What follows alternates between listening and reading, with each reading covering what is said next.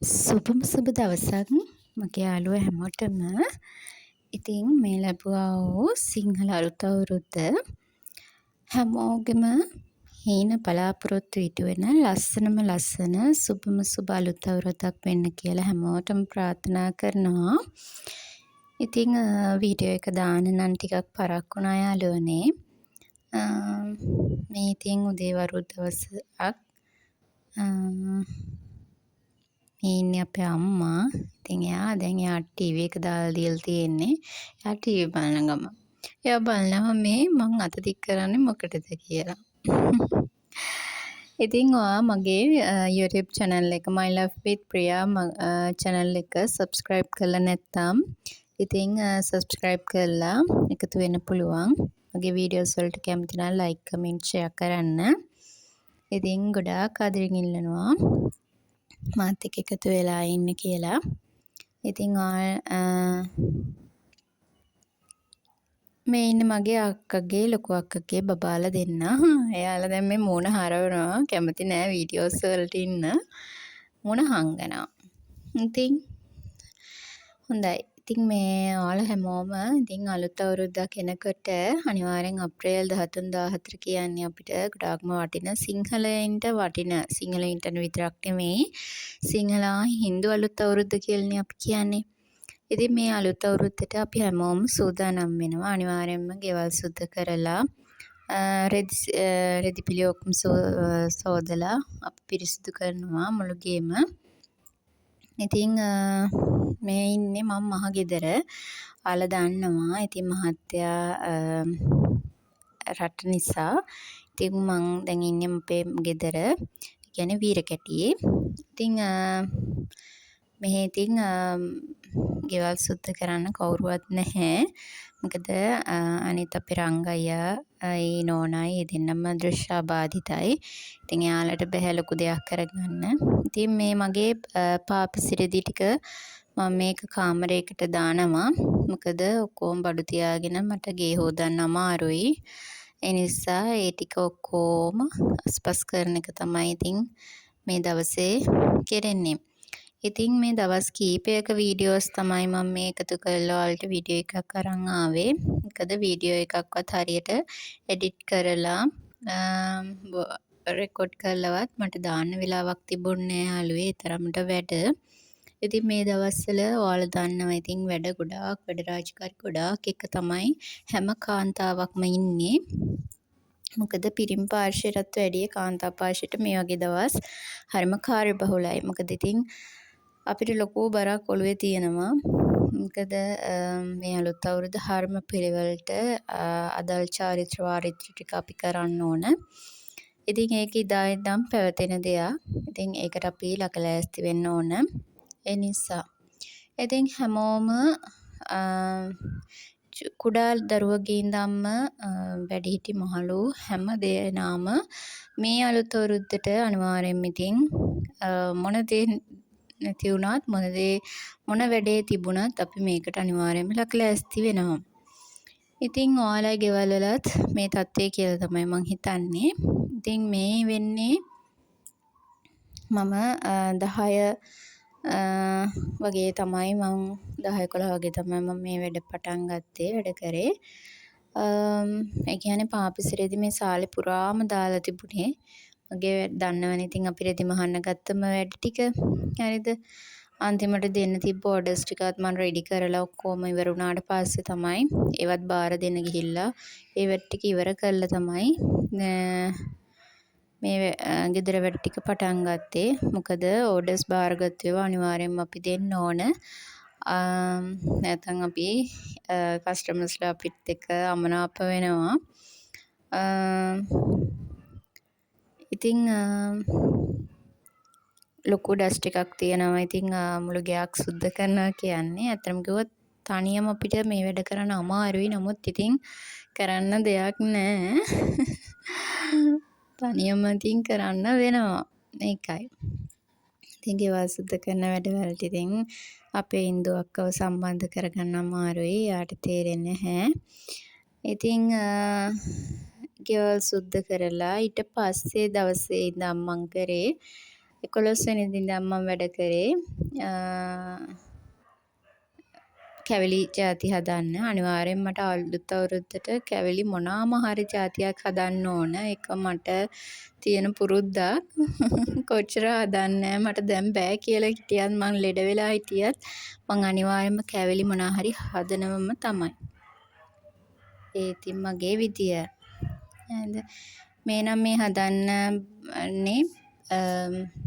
නාරං කැවුම්. ඉතින් පැණි පොල් එක හදලා ඉවරුණාට පස්සේ මං බැදලා හාල් පිටි ටිකක් තිබ්බේ ඒවත් කවලම් කරලා ගන්නවා මම මේ. ඉතින් එහෙම කරාට පස්සේ තමයි බැටර් එකත් හදලා පුංචි පුංචි ගොලි ටිකක් හදලා අපි නාරං කැවුම් ටිකකුත් හදාගත්තේ. මේ නම් මේ පොළොස් අච්චාරුවට තමයි මේ ලෑස්ති කරේ. ඒකේ වීඩියෝස් මට ගන්න බැරි වුණා. මොකද මම තනියමනේ ඉතින් මගේ වීඩියෝස් ගන්න කවුරුවත් නෑ යාළුවේ. ඉතින් මමම තමයි තනියම පුංචි පුංචි වීඩියෝස් හදාගන්නේ. මට ගොඩාක් වීඩියෝස් මග ඇරෙන්නෙත් ඒකයි. ඉතින් කැවිලි ජාති හදන විදිය මට මං ඉදිරියේදී බලාපොරොත්තු වෙනවා ඔයාලත් එක්ක ෂෙයා කරගන්න. ඒ කියන්නේ මම හදන විදිය.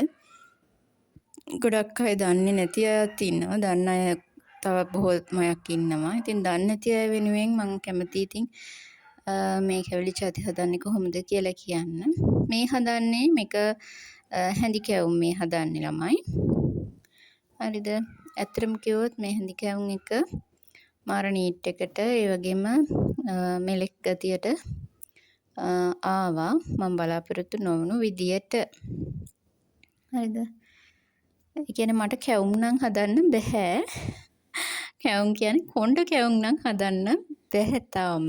මම ඒකට වෙලාවක try එකක් දීලා බලන්න ඕනේ කොණ්ඩ කැවුම් හදන්න කොහොමද කියලා. හැඳි කැවුම් නම් හැඳි කැවුම් එතකොට මම ඊට කලින් මර වීඩියෝ එකක් ගන්න බැරිුණා නාරං මේ මොනවාද මුකුළු හදපු එක. ඒක මම කලින් වීඩියෝ එකක් දාලා තියා ඔයාලට මුකුළු හදන්නේ කොහොමද කියලා.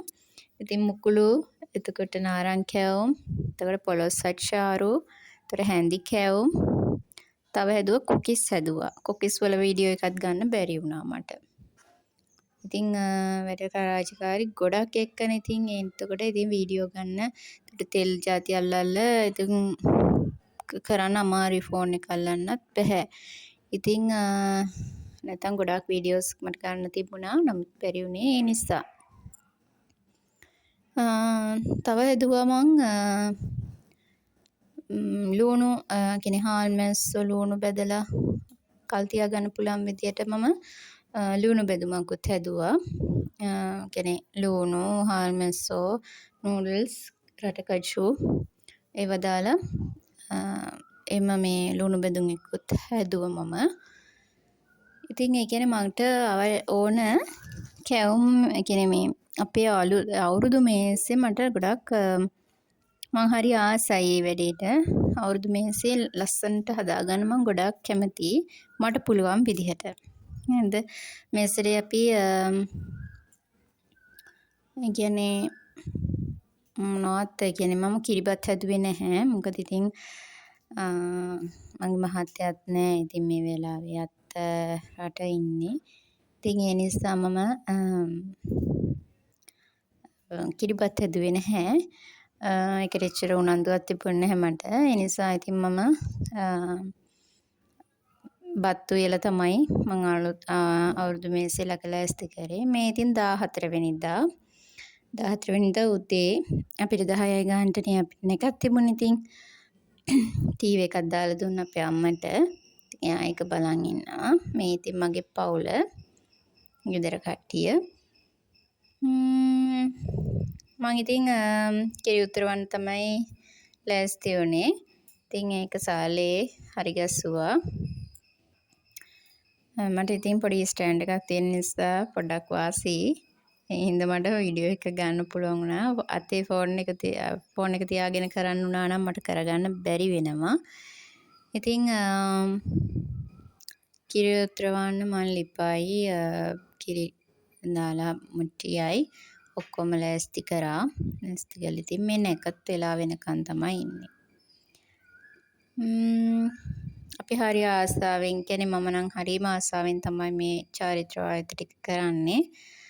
මේ ඉතින් මොකද ඉතින් අවුරුද්දකට එකපාරයිනේ මේ වගේ අවස්ථාවක් අපිට එන්නේ. කවුරුත් ඒ කියන්නේ ලංකාවේ ඉන්න සියලුම සිංහල හා හින්දු ජනතාව එකම මොහොතක එකම නැකතකට චාරිත්‍ර කරන වෙලාවක් තමයි මේ තියෙන්නේ. චාරිත්‍ර වාරිත්‍ර කරන වෙලාවක්. ඉතින් ඒ වගේ අවස්ථාවක් එන්නේ නැහැනේ අපිට වසරේ කොයිම දවසකවත්. ඉතින් ඒ නිසා ගොඩක්ම වටිනවා මේ දවස. ඉතින් අපේ අම්මා පේනව නේද? ලස්සනයි නේද? අවුරුදු කුමාරි වගේ ඉන්න හැටි. එහෙම තමයි.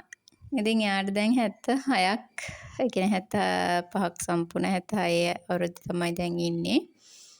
ඉතින් ඔය ඉන්නේ අපේ පවුල තමයි. මේ ඉන්නේ රංග අයියා, අම්මා, මේ ඉන්නේ රණ අයියාගේ නෝනා. මේ ඉන්නේ මම. ඉතින් මට ඉතින් ලොකුවට තේරුමක් නැහැ මොකද්ද අද තියෙන දවස මොනවද කියලා. මට ලොකු කල්පනාවක් නැහැ. නමුත් එයා ඉතින් හරි ආසාවෙන් බලන් ඉන්නවා මේ වැඩේ. මම ඉතින් එයාට කතා කරා. නැත්නම් මේ හැම චාරිත්‍රාක්ම කරන්නේ අපේ අම්මා ඉස්සර ඉඳන්ම. ඉතින් දැන් වසර 2කට ඉඳන් එයාට ඉතින් චුට්ටක් අසනීපෙන් ඉන්න යාට කල්පනාව අඩුයි. ඉතින් ඒකත් එක්ක එයා දැන් ඉතින් චූටි බබෙක් වගේ තමයි. ඉතින් එයාට කියන දේ එයා කරනවා. ඉතින් මේ වෙලාවේ එයාට කිව්වා ඒ වැඩේ කරන්න කියලා. දැන් ඔය ගින්දරට බයයි අම්මා. මමත් බයයි ඉතින්. නමුත් ඉස්සර එහෙම නෑ අපේ අම්මා. ගින්දරට පොඩ්ඩක්වත් බය කෙනෙක් නෙමෙයි එහෙම. හරිම චාන්ඩි හරිම ගැම්මෙන් හිටපු කාන්තාවක්. හරිම ශක්තිමත් කාන්තාවක්. ඉතින් මේ හැමදේම මම ඉගෙන ගත්තෙත් අපේ අම්මගෙන්. ඉතින් එයාට පින් සිද්ධ වෙන්න තමයි මම ගොඩාක් දේවල් ඉගෙන ගත්තේ. ඒ ශක්තිය මට ගොඩක් වටිනවා. ඉතින් එයා මල් ළඟ ඉන්න එක තමයි වටිනම දේ. තවත් බොහෝ කාලයක් අපිත් එක්ක ඉන්න කියලා තමයි ඉතින් අපේ එකම ප්‍රාර්ථනාව. හරිද? දැන් ඉතින් අපි ලිප ගිනි මලවලා බලන් ඉන්නේ මේ කිරි උත්තරේ වෙනකන්. කොහොමද බලමුකෝ.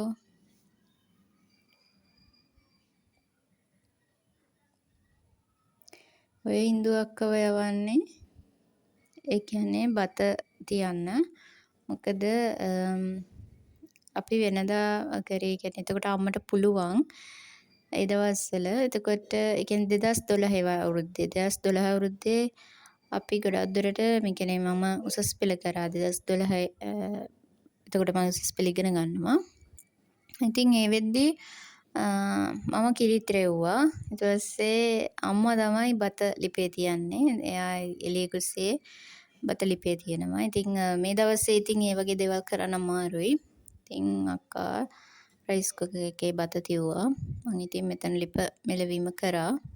ඒ නිසා ගැටලුවක් නැහැ. ඉතින් මේ තමයි අපේ පුංචි අවුරුදු මේසේ. මං කිව්වේ කිරිබත් හැදුවේ නෑ මම. හැදුවේ ඔන්න පත් රියලා පරිප්පු හදලා අනිත් අච්චාරුයි පබඩනුයි ලුණු බැදුමයි තියෙනවා. අනිත් කැවිලි චාත් තමයි මේ තියෙන්නේ. මට ඉතින් පොල් තෙල් පහනක් තමයි තියෙන්නේ. හරිද? මැටි පහනක තමයි ඉතින් මම පහන පත්තු කරලා බුදුන් ඇඳලා ඒ වැඩ ටික කරන්න පටන් ගත්තේ. මේ පේනවද අපි අනිත් අවුරුදු කුමාරි තමයි මේ ඉන්නේ. මේ තමයි ඉන්දු අක්කා. හරිද? මේ ඉන්නේ අපේ රංගයියා. හරිද? ඉතින් මම තමයි මේ පවුලේ ඉන්න බාලමයා. ඒ කියන්නේ අපේ අම්මට ළමයි 6 දෙනෙක් ඉන්නවා. ඒ 6 දෙනාගෙන් 6 වෙනිය මම තමයි. මේ අයියා 3 වෙනියා පවුලේ 3 වෙනියා. තව ටිකකින් අපේ අක්කත් එනවා. අනිත් වැඩිමල් සහෝදරයා නම් ලොකු අයියා ඉන්නේ කොළඹ. අනිත් සහෝදර 3 දෙනා ඉතින් ටිකක් දුර ඉන්නේ. ඉතින් මාත් දුර තමයි හිටියේ. නමුත් ඉතින් මහත්තයා රට ගියපු එකත් එක්ක නිසා මට ගෙදර ඉන්න අවස්ථාව ලැබුණා. ඉතින් අපිට අපේ ගෙදර තරම් කොහෙවත් කොයිම තැනකවත් හරියන්නේ නැහැ කියන දේ අපි කවුරුත් විශ්වාස කරන දෙයක්. ඉතින් හරිම නිදහස් කියන තැනක් එන්නේ තමන්ගේ ගෙවල් වල ඉන්නකොට. ඉතින් අපේ අම්මට ගොඩක් දේවල් තේරෙන්නේ නැහැ දැන්. මම අර කිව්වා වගේ. ඉතින් එයාට ඒ දේවල් හැමදේම කියන්න ඕන. පුළුවන් විදියට දැන් ඔය හැමදේම කියලා තමයි ඔය කරන්නේ. නැත්තම් ඉස්සර ඔය හදිස්සි අධ්‍යාපනයක් ගෑවුනත් අපිට ගොඩක් පණිනවා. දැන් එහෙම කිසිම ගාණක් නැහැ යාට. ඉතින් එහෙම තමයි නේද අපිට මොනවා වේද කියන අපි දන්නේ නැහැ. නමුත් අපිට පුළුවන් විදිහට අපි අපේ අම්මව බලා ගන්නවා.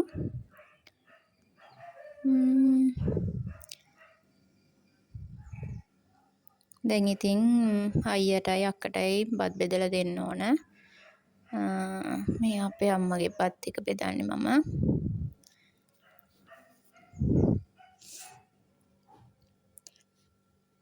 ඉතින් ඒ දෙන්නටත් බත් ටික බෙදලා දීලා තමයි මම බත් කන්න ගන්නෙ. ඉතින් මම ඉතින් අනිත් ඔක්කොම වැඩ කරලා තමයි ඉතින් කෑම ටික කන්නේ. අයියගේ බත් එකත් හරි ඉන්දුගේ බත් එක තමයි ඊළඟට තියෙන්නේ. ඉතින් එහෙම තමයි. ඉතින් අපිට ඉදිරියේදී මොනවා වේද කියන අපි දන්නේ නැහැ. නමුත් අපි ඉන්න ටික කාලේ අපේ අයත් එක්ක සතුටින් සමාදානෙන් ඉන්න ඕන. අපිට පුළුවන් විදියට අපේ අයට උදව් උපදව් කරගෙන අපේ ජීවිතය ගෙන යන්න ඕන ඉස්සරහට. හැමදාම එකම තැන ඉන්න බෑ. එකම තැන පල් වෙන්නත් බෑ. අපි ඉදිරියට යා යුතුයි. ඉතින් මට පුළුවන් විදියට මං අම්මව බලා ගන්නවා. ඉතින් අපේ අනිත් සහෝදරයෝත් කවුරුත් එකතු වෙලා තමයි අපේ අම්මව බලා ගන්න. ඉතින් වැඩිපුර වෙලාවක් ඉන්නේ මාත් එක්ක. ඉතින් මට පුළුවන් විදිහට මගේ අය මම බලා ගන්නවා. මට ඒක ගොඩක් සතුටුයි. පවුලේ බාලයා වුණත් ලොකු වගකීමක් මගේ කර මත තියෙනවා කියන එක දැන් ගොඩක් තේරෙන දෙයක්.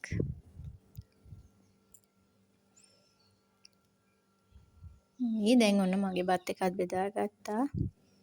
එන්න එහෙනම් බත් කටක් කවන්න. කමුද බත් කට? මං කිව්වේ අපේ ලොකු අක්කා එනවා කියලා. ඉතින් මේ යාගේ පවුලේ අය තමයි ආවේ. යාතුයි එයාගේ ළමයි දෙන්නයි දූල දෙන්නා. මහත්තයයි තමයි මේ ඉන්නේ. ඉතින් අපේ අක්කට කන්න කිව්වම ඔන්න කාපු විදිය. එයා බැංකුවේ වැඩ කරනවා. ඉතින් ඒ බැංකුවට යන්න වෙලාව ගනුදෙනු කරන්න. ඉතින් ඒ නිසා ඉක්මනට වැඩ ටික කරගත්තේ. ඉතින් එයත් අපිට කැවිලි පිඟානක් ගෙනත් තිබ්බා. චාරිත්‍රයක් නේ ගෙදරකට අලුත් අවුරුද්දට හාපරා කියලා හිස්සතින් යන හොඳ නෑනේ. ඉතින් අපේ අක්කත් අපිට කැවිලි පාසලයක් ගෙනත් දුන්නා. එයාට බත් කාලා කිව්වා. ඉතින් එයාලත් කිරිබත් හදලා නෑ. බත් තමයි එයාලත් වෙලා තියෙන්නේ. කැවිලි මේසේ හදලා දුන්න කන්න කියලා. ඉතින් මං අනිත් කට්ටියට අම්මටයි අයියටයි අක්කටයි කැවිලි බෙදලා පිඟන් වල තියෙන. ඉතින් එයාලට දෙන්න. ඒත් තමයි මෙයාලත් ආවේ. ඉතින් අපේ පවුල පුංචි පවුල රත්තරන් කියන්නේ ඒකට. ඉතින් හැමෝටම සිතට බඳන සියලු බලාපොරොත්තු එලෙසින් මිට වෙන සුබම සුබ නවවසරක් වෙන්න කියලා ආයෙත් ප්‍රාර්ථනා කරනවා. මගේ වීඩියෝස් බලන්න කැමති හැමෝටම ආරාධනා කරනවා. මාත් එක්ක එකතු වෙන්න. මගේ channel එක My Life with Priya subscribe කරලා bell icon එක all දීලා තියාගන්න. මම වීඩියෝ එකක් දාපු ගමන් ඔයාලට බලා ගන්න පුළුවන්. ඉදිරියේදී මම බලාපොරොත්තු වෙනවා මගේ වීඩියෝස් වල කියන්නේ මම මුලින් ඉඳන්ම සෑන්ඩ්‍රා කියාවලට අතහිත දෙන්න තමයි බලාපොරොත්තු වෙන්නේ. මම දන්න දේ ඔයාලත් එක්ක ෂෙයා කරගන්න තමයි මට අවශ්‍ය වුණේ. ඉතින් ඉදිරියේදී මම තවත් අලුත් වීඩියෝස් අරගෙන එනවා. ඉතින් මාත් එක්ක එකතු වෙලා ඉන්න කියලා බොහොම ආදරයෙන් ඔයාලගෙන් ඉල්ලනවා. ඉතින් හැමෝටම සුබම සුබ දවසක් වෙන්න, සුබම සුබ අලුත් අවුරුද්දක් වෙන්න කියලා ආයෙත් ප්‍රාර්ථනා කරනවා. මේ ඉතින් අපි අම්මට වඳින වෙලාව. ඉතින් මගේ අම්මට දීර්ඝායුෂ ප්‍රාර්ථනා කරනවා. අපිත් එක්ක චිරාත් කාලයක් ඉන්න ඕන. ඉතින් හැමෝටම සුබම සුබ දවසක්.